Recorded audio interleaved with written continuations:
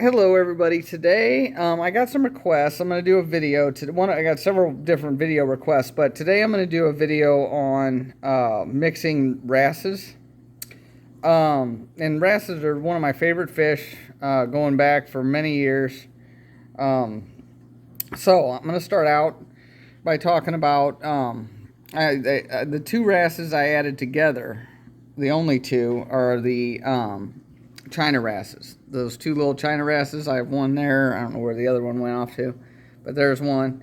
Um, so those are the only two that I've added together. The rest of them were added at various times.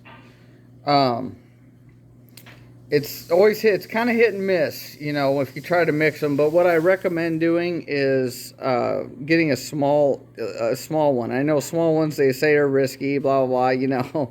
But like if you have a medium size, say, leopard wrasse or a large leopard wrasse, I recommend getting a small one smaller than you already have. I personally have better luck that way. Secondly, make sure you go and get them at a local fish store. I know not everybody has the ability to do that, or they don't have a local fish store by them or a good local fish store by them. But I recommend, if you can, go to a local fish store, have them order one in if they don't have them.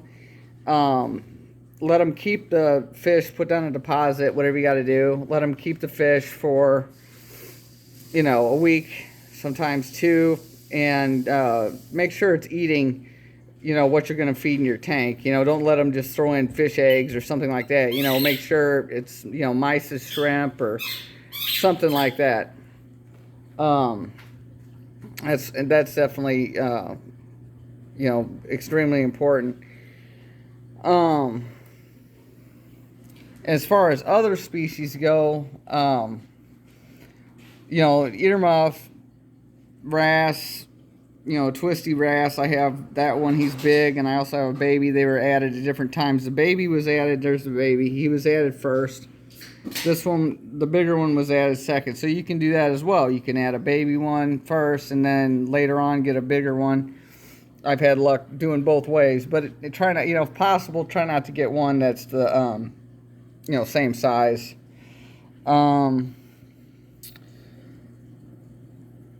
Let's see.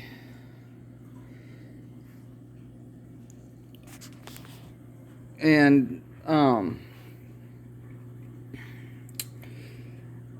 then just, keep an eye on them. And again, don't be surprised if they go under the sand for a few days. A lot of times they will, but if they're tough and they were eating at the fish store and they're fat and healthy, they shouldn't have any problem. They might, don't be alarmed if there's some chasing for a couple of days. That happens. That's normal.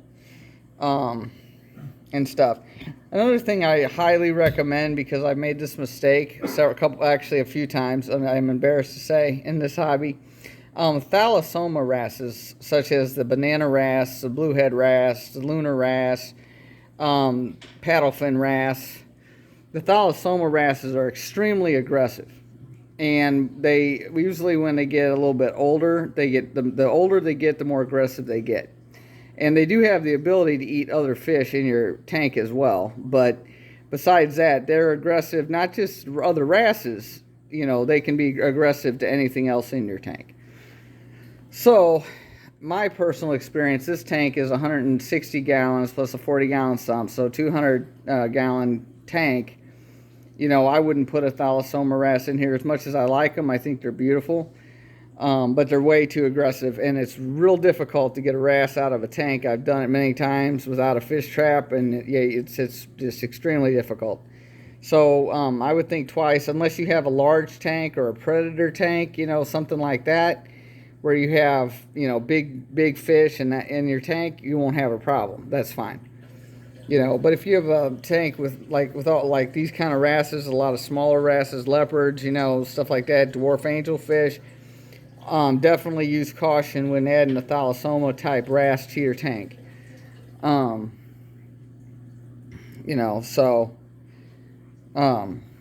But that's about it. It's not, and again, it's not 100%. What works for me may not always work for everybody else. But I do like to, you know, tell you what has and hasn't worked for me. And, you know, getting another wrasse of the same size has not ended well in my, you know, for me at all. So I do know that doesn't work for me anyway. But other than that, you know, that should be, that's about the best advice I can give on that.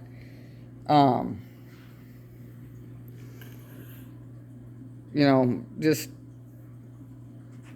you know, and like the Holochorus seems to be, I mean, they're pretty, I mean, I had a Melanaris, which is a Holochorus type wrasse, like the Radiant wrasse right there. The earmuff is also a Holochorus, but it's also a difficult Holochorus. Usually Holochorus wrasses are not that difficult. But, you know, and I really like the, you know, the twisty wrasse is really pretty. They're not, I haven't seen one in a long time in the hobby. So when I found the small one first. So I got the small one, and then a few weeks later I saw the big one, and I was like, wow. So I got him. So again, it's the same kind of thing, you know. The twisty wrasse is under the Anampsis category of wrasses, which are difficult. The yellowtail, tamarin, the two China wrasses, they're about as on the same level, sometimes a little more difficult than the leopards.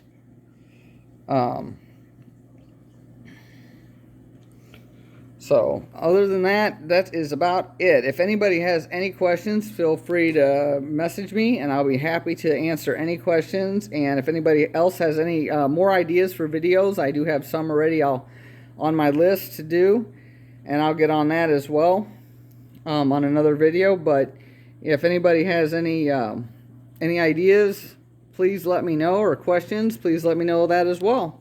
Thanks guys for watching, and have a great weekend.